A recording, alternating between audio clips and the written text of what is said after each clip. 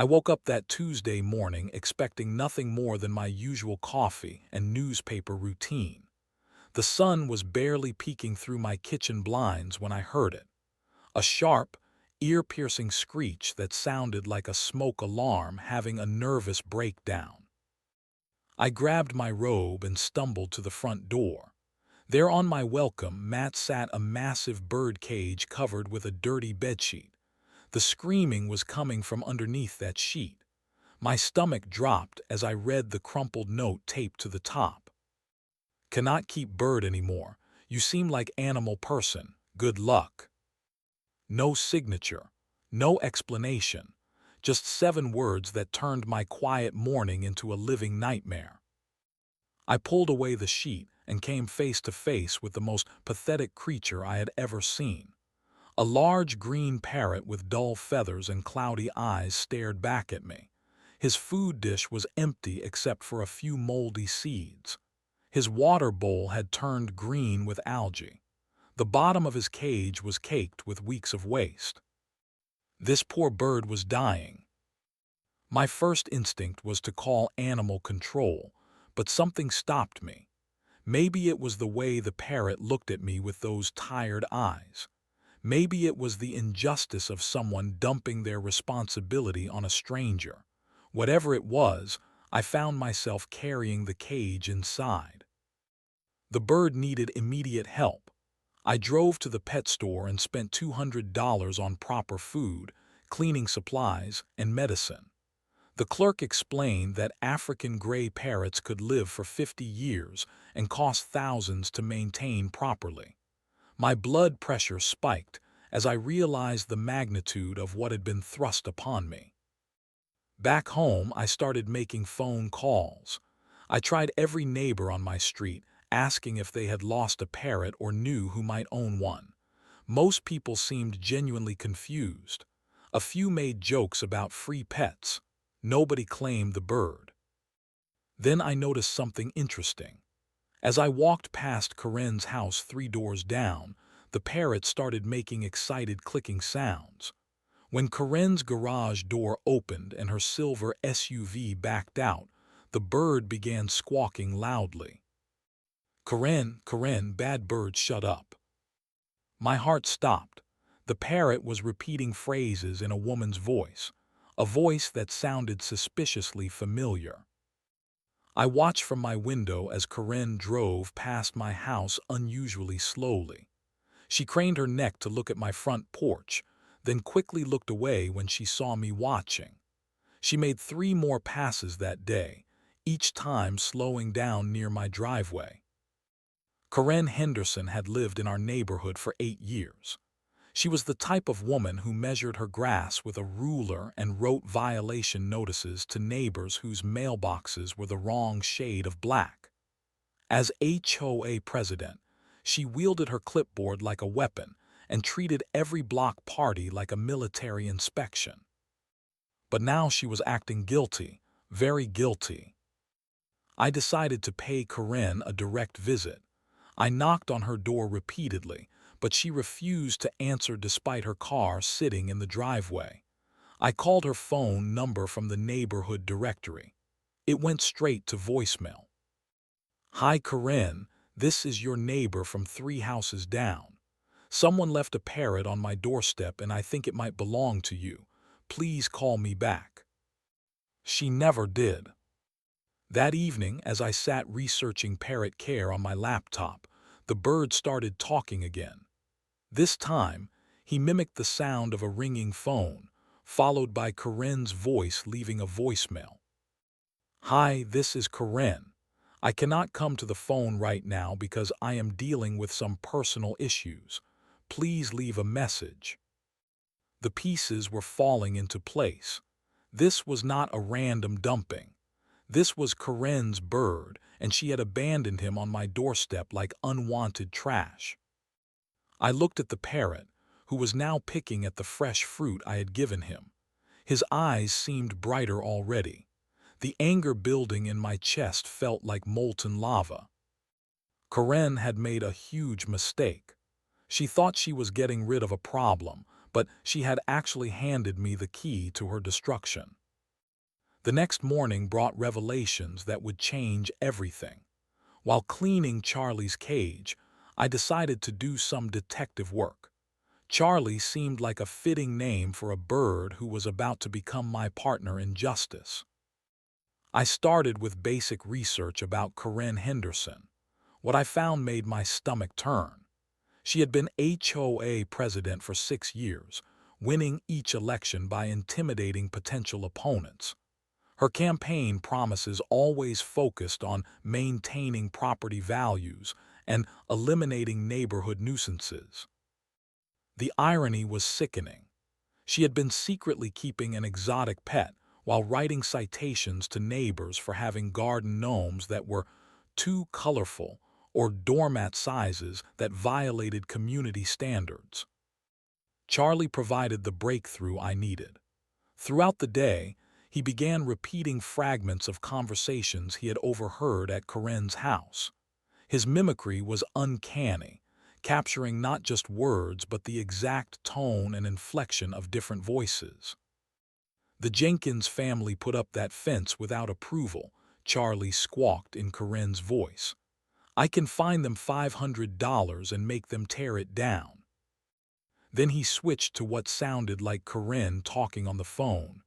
"Yes, I know the pet policy says no birds, but that only applies to everyone else. I am the president. I make the exceptions." My hands trembled as I recorded Charlie's revelations on my phone. Each phrase was a smoking gun that proved Karen's hypocrisy and abuse of power. I decided to test the waters with other neighbors.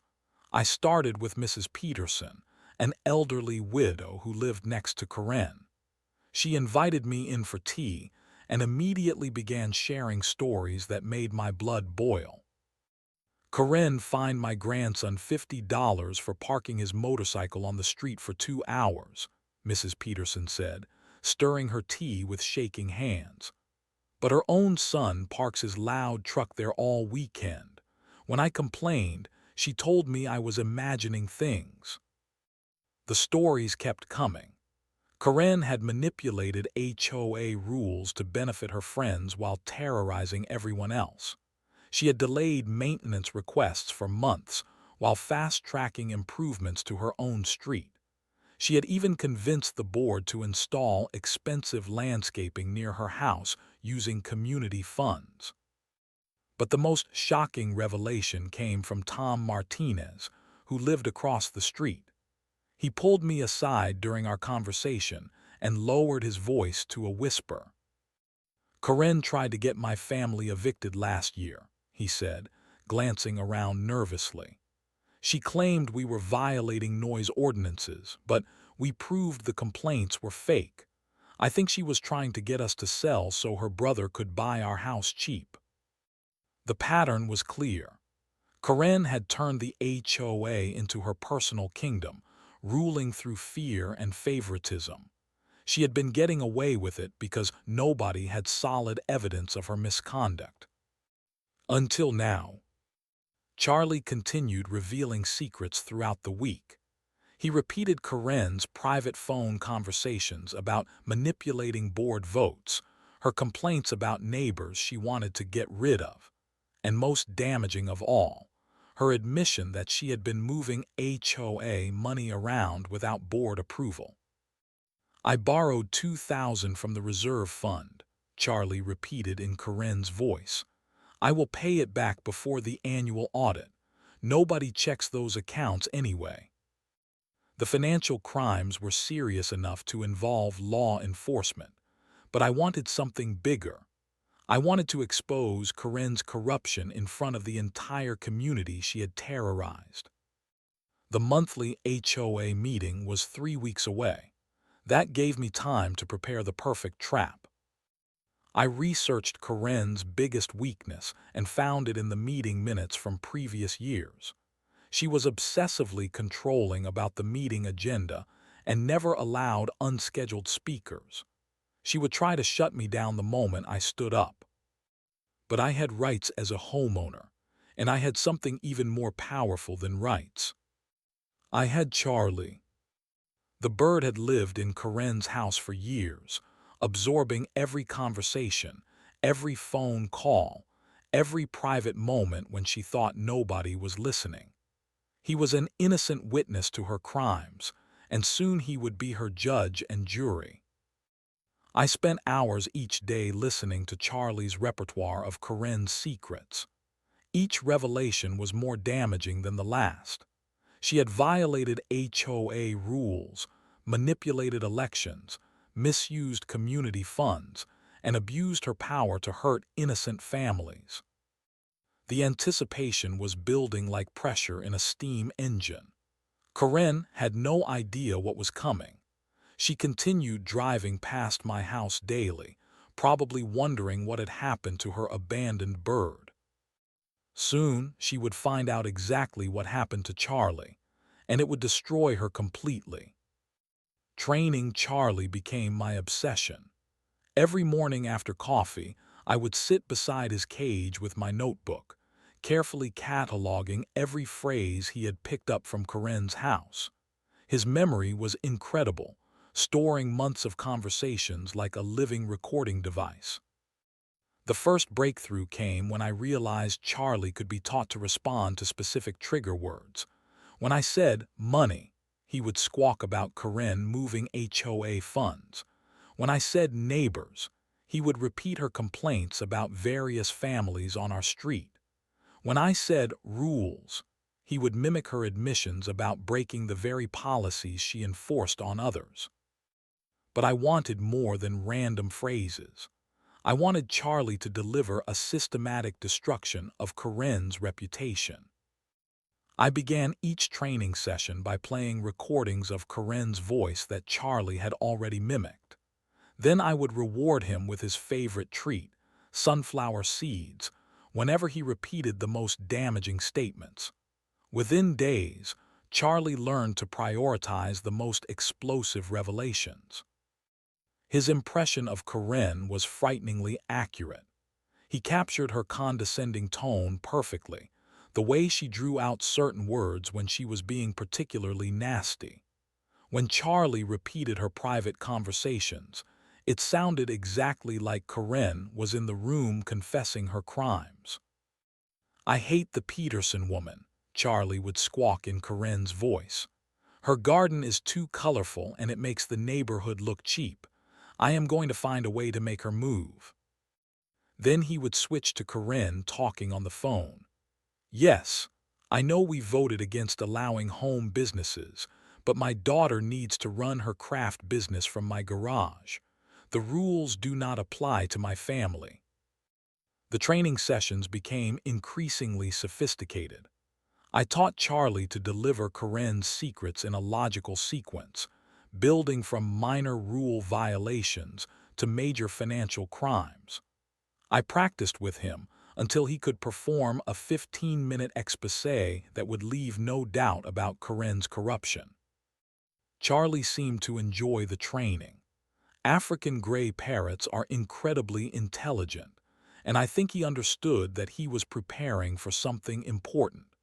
His eyes would light up whenever I brought out the sunflower seeds, and he would position himself on his perch like an actor ready for his performance. The most devastating recordings involved Karen's phone conversations with someone she called sweetheart, presumably her husband or boyfriend. Charlie had memorized her complaints about neighbors with stunning detail.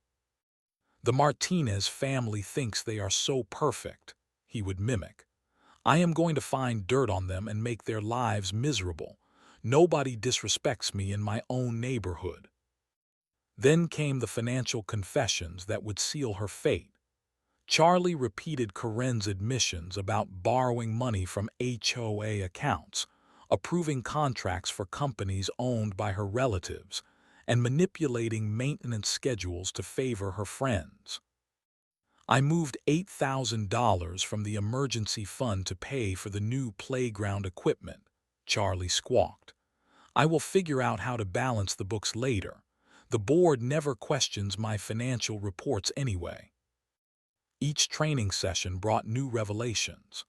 Karen had been running the HOA like her personal piggy bank, using community funds to pay for improvements that primarily benefited her property. She had been awarding contracts to her friends and family members without competitive bidding. She had been fabricating violations against neighbors she disliked while ignoring identical issues when they involved people in her inner circle. I documented everything, creating a comprehensive case file that would have made a prosecutor proud. But documents were just paper. Charlie was a living, breathing witness who could deliver testimony in Karen's own voice. The week before the HOA meeting, I intensified Charlie's training. We practiced in my living room, with me playing the role of meeting moderator and Charlie delivering his prepared statements. I taught him to pause for dramatic effect, to repeat the most damaging phrases twice for emphasis, and to save the biggest bombshells for last. Charlie responded beautifully to the pressure. His performance became more polished with each rehearsal. He learned to project his voice so everyone in a room could hear him clearly. He mastered the timing that would create maximum impact.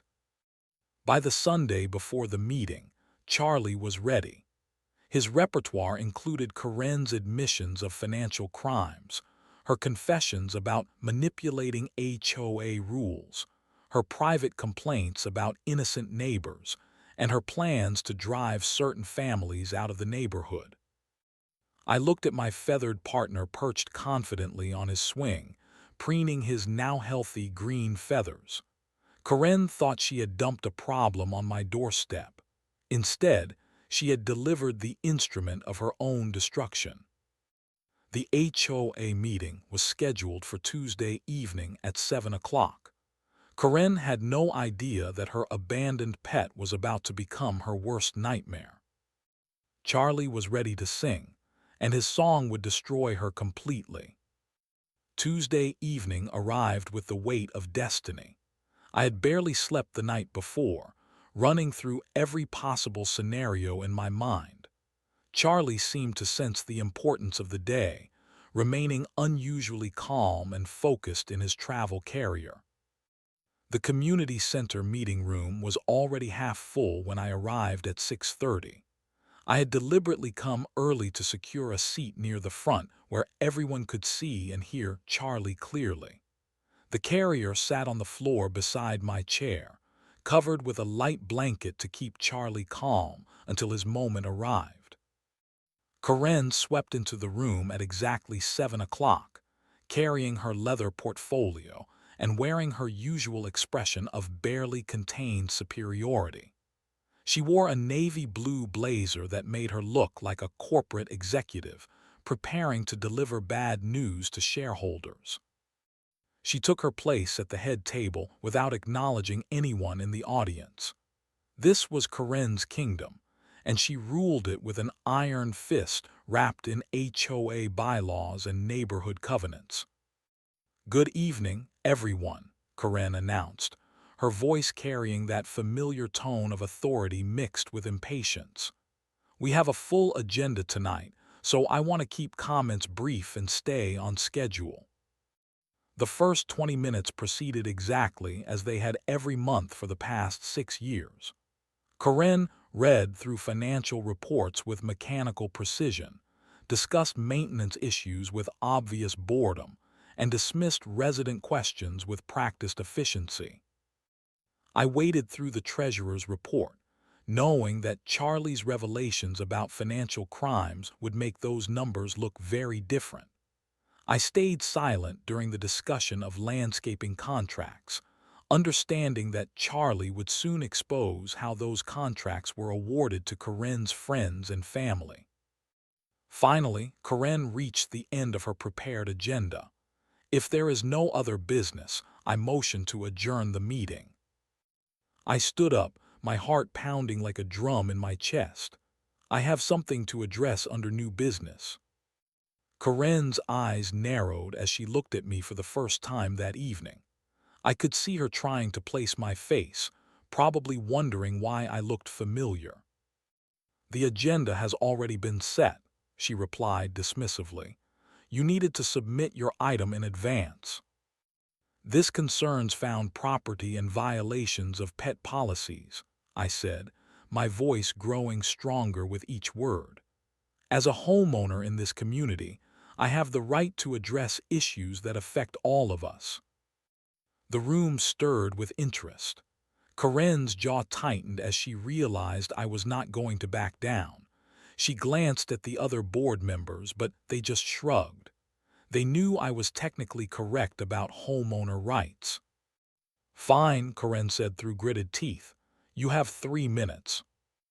I reached down and removed the blanket from Charlie's carrier. 30 pairs of eyes focused on the large green parrot who tilted his head and looked around the room with intelligent curiosity. 3 weeks ago, someone abandoned this African gray parrot on my doorstep, I began, my voice carrying clearly through the silent room. No explanation, no contact information, just a note saying they could not keep him anymore. Karen's face had gone completely pale. Her hands gripped the edge of the table so tightly that her knuckles turned white. I spent considerable time and money nursing this bird back to health, I continued. But the most interesting thing about Charlie here is his memory. African gray parrots can live for 50 years, and they remember everything they hear. I opened Charlie's carrier and gently coaxed him onto my shoulder. He positioned himself confidently, like an actor stepping onto a stage. Charlie has been telling me stories about his previous home, I said, looking directly at Karen.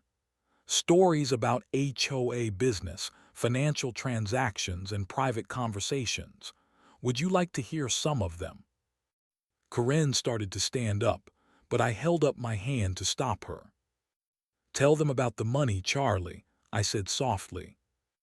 Charlie tilted his head and spoke in Karen's exact voice, complete with her condescending tone. I moved the landscaping fund to my personal account. Nobody will ever find out. The room exploded. 30 neighbors gasped in unison. The treasurer dropped her calculator. The secretary's pen slipped from her fingers. Karen's mouth opened and closed like a fish gasping for air. That bird is lying, she finally managed to say. Birds do not lie, I replied calmly. They only repeat what they hear. Charlie, tell them about the Martinez family. Charlie cleared his throat with a small cough, then delivered Karen's private phone conversation in perfect detail. The Martinez family thinks they are so perfect. I am going to find dirt on them and make their lives miserable. Nobody disrespects me in my own neighborhood. Tom Martinez stood up from his seat in the back row, his face red with anger. You tried to get us evicted, he shouted. I knew those complaints were fake. But Charlie was not finished. Without any prompting from me, he continued with more of Karen's secrets. I hate the Peterson woman. Her garden is too colorful and it makes the neighborhood look cheap. I am going to find a way to make her move. Mrs. Peterson gasped and clutched her chest. Her grandson put his arm around her shoulders protectively. The room had transformed from bored compliance into shocked outrage. Karen's carefully constructed facade was crumbling in real time, destroyed by her own words coming from the beak of the bird she had abandoned. Charlie was just getting started, and Karen knew it. Her reign of terror was ending, one devastating revelation at a time. Karen shot up from her chair like a rocket, her face cycling through shades of red that I did not know existed on the human color spectrum. The composed HOA president had vanished, replaced by a cornered animal fighting for survival. That bird was stolen from my property, she screamed, pointing an accusatory finger at Charlie. This man is a thief and those recordings are fabricated. The room buzzed with murmurs as neighbors turned to look at each other with raised eyebrows. Karen's desperation was palpable, and her story was already falling apart under scrutiny. "If Charlie belongs to you," I said calmly, "then you admit to violating the HOA pet policy that specifically prohibits exotic birds in residential properties." Karen's mouth opened and closed silently as she realized her mistake. By claiming ownership of Charlie, she had just confessed to breaking the very rules she enforced on everyone else. "I demand that you return my property immediately and leave this meeting," Karen continued, her voice becoming more shrill with each word. "This is harassment, and I will call the police." Charlie responded to Karen's raised voice by delivering another devastating blow. "Yes, I know the pet policy says no birds, but that only applies to everyone else. I am the president. I make the exceptions." The room erupted in angry shouts. Board member Janet Collins stood up and stared at Karen with disgust. "You wrote me a violation notice last year for having a bird feeder that was too close to the street. You said even bird feeding violated the spirit of our pet restrictions." "This is ridiculous," Karen shouted back.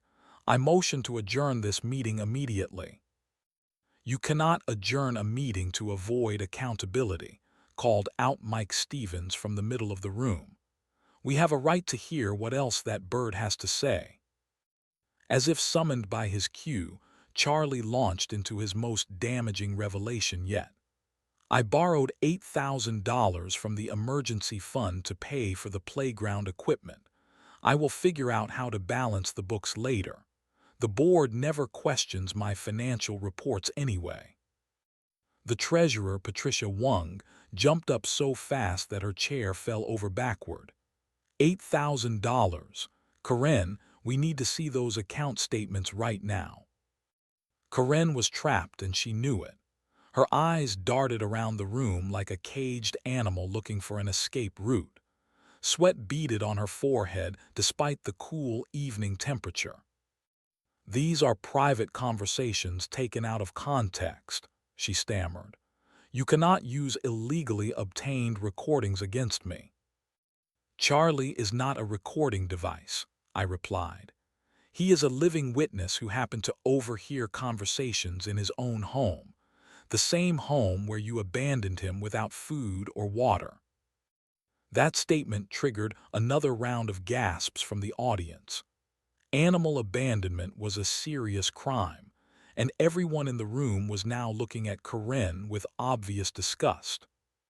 Charlie continued his performance without any prompting, as if he understood that this was his moment to settle scores with the woman who had mistreated him.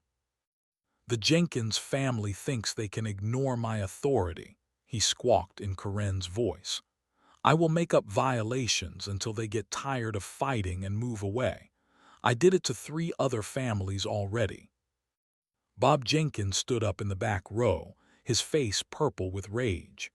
"You cost us $5,000 in legal fees fighting your fake violations. My wife had a nervous breakdown because of your harassment." The room was spiraling into chaos as neighbor after neighbor began sharing their own stories of Karen's abuse. 3 families had been driven to sell their homes.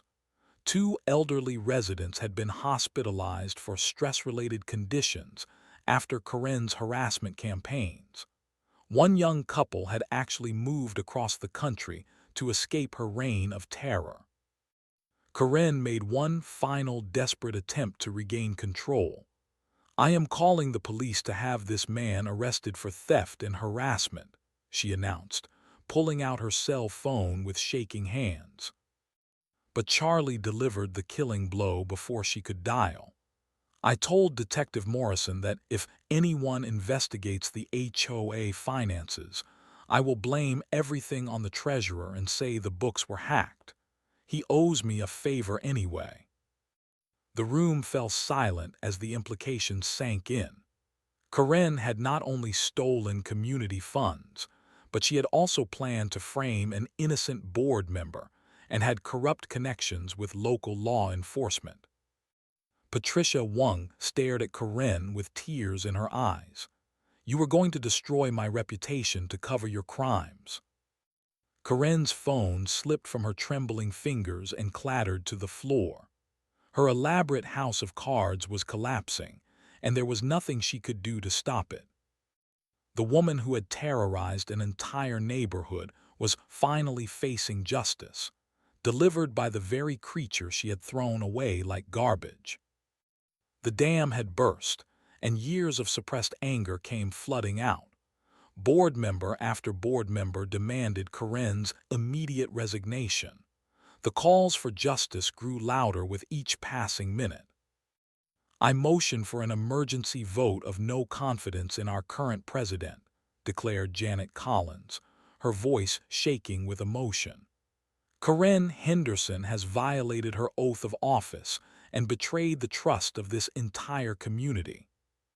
Seconded, shouted at least 5 voices from the audience. Karen tried one last time to maintain control. You cannot hold an unscheduled vote without proper notice, she protested, but her voice had lost all authority. She sounded like a frightened child making excuses. Actually, we can, replied Patricia Wong, who had retrieved the HOA bylaws from her briefcase. Section 12 allows for emergency votes when board members are accused of financial crimes or gross misconduct. The vote was devastating. 32 residents voted to remove Karen from office. 0 voted to keep her. Even her few remaining allies had abandoned ship when they realized the extent of her corruption. But the community was not finished with Karen Henderson. We need a full audit of every HOA account going back 5 years, demanded Tom Martinez. If Charlie is right about the missing money, we need to know exactly how much was stolen. Patricia Wong nodded grimly. I have been requesting access to those accounts for months, but Karen always had excuses. Now I understand why. Just as the discussion of financial audits began, the community center door burst open. Karen's husband David walked in, his face red and his business suit wrinkled like he had rushed straight from work. Someone called me about Karen and a parrot, he said, looking around the room in confusion. What is going on here? Charlie took that moment to deliver one of his most personal revelations. David is such an idiot. He believes everything I tell him about the HOA money. I spent his vacation fund on that new car, and he still thinks it came from my salary. David's face went white as he stared at the bird, then at his wife, then back at the bird. Karen, what is this bird talking about? What vacation fund? What new car? The room watched in stunned silence as Karen's marriage imploded in real time. David had clearly been kept in the dark about his wife's crimes, and he was learning about them at the same moment as everyone else. That bird is lying, Karen screamed, but her husband's expression suggested he was starting to believe Charlie over his wife. The final blow came when someone called the police to report suspected embezzlement. 2 officers arrived within minutes, having been summoned by multiple residents who wanted Karen's financial crimes investigated immediately. Officer Rodriguez listened patiently as Charlie repeated his most damaging statements about moving HOA funds and manipulating account records. The officer's eyebrows rose higher with each revelation. "Ma'am, we are going to need you to come to the station for questioning," he told Karen. "These are serious allegations of financial fraud." Karen's composure finally cracked completely. She collapsed into her chair and began sobbing, her carefully constructed image of authority dissolving into pathetic self-pity. "I never meant for it to go this far," she cried. "I was just trying to make the neighborhood better." But her tears fell on deaf ears. The community had endured years of her abuse, and they had no sympathy left for their fallen tyrant. Within an hour, Karen Henderson had lost her position, her reputation, her marriage, and potentially her freedom. The woman who had ruled through fear and intimidation was being led away in handcuffs while her abandoned pet sat calmly on my shoulder, having delivered perfect justice. As the police car pulled away with Karen in the back seat, the remaining neighbors began discussing the future of their community. For the first time in years, the conversation was hopeful instead of fearful. Charlie had not just exposed corruption, he had liberated an entire neighborhood from tyranny. The bird Karen threw away had given everyone their freedom back. 6 months later, our neighborhood had transformed beyond recognition. The fear that had hung over our community like a dark cloud had lifted, replaced by genuine cooperation and mutual respect. Charlie became the unofficial mascot of our reformed HOA. Children would stop by my house after school to visit him, and he had learned to greet them with cheerful hellos instead of repeating damaging secrets. His favorite new phrase was, "Good morning, neighbor," delivered in a warm, friendly tone that was the complete opposite of Karen's condescending voice. The new HOA board, elected by overwhelming margins, implemented every reform that residents had requested for years. Monthly meetings became collaborative discussions instead of authoritarian lectures. Financial reports were published online for complete transparency. Board positions were limited to 2-year terms to prevent future power grabs. Karen's house sold within 3 weeks of her arrest. The new owners, a young couple with twin toddlers, brought life and laughter to a property that had been a source of dread for years. Their children loved Charlie and would giggle with delight when he sang nursery rhymes instead of revealing neighborhood secrets. The financial audit revealed that Karen had stolen over $24,000 from community accounts over 4 years.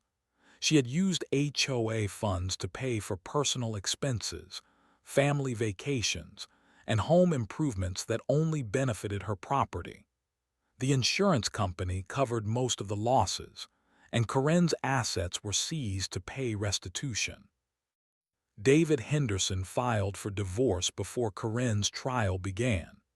He moved across town and became one of Charlie's biggest supporters, often stopping by to apologize for his wife's behavior and to thank me for exposing her crimes.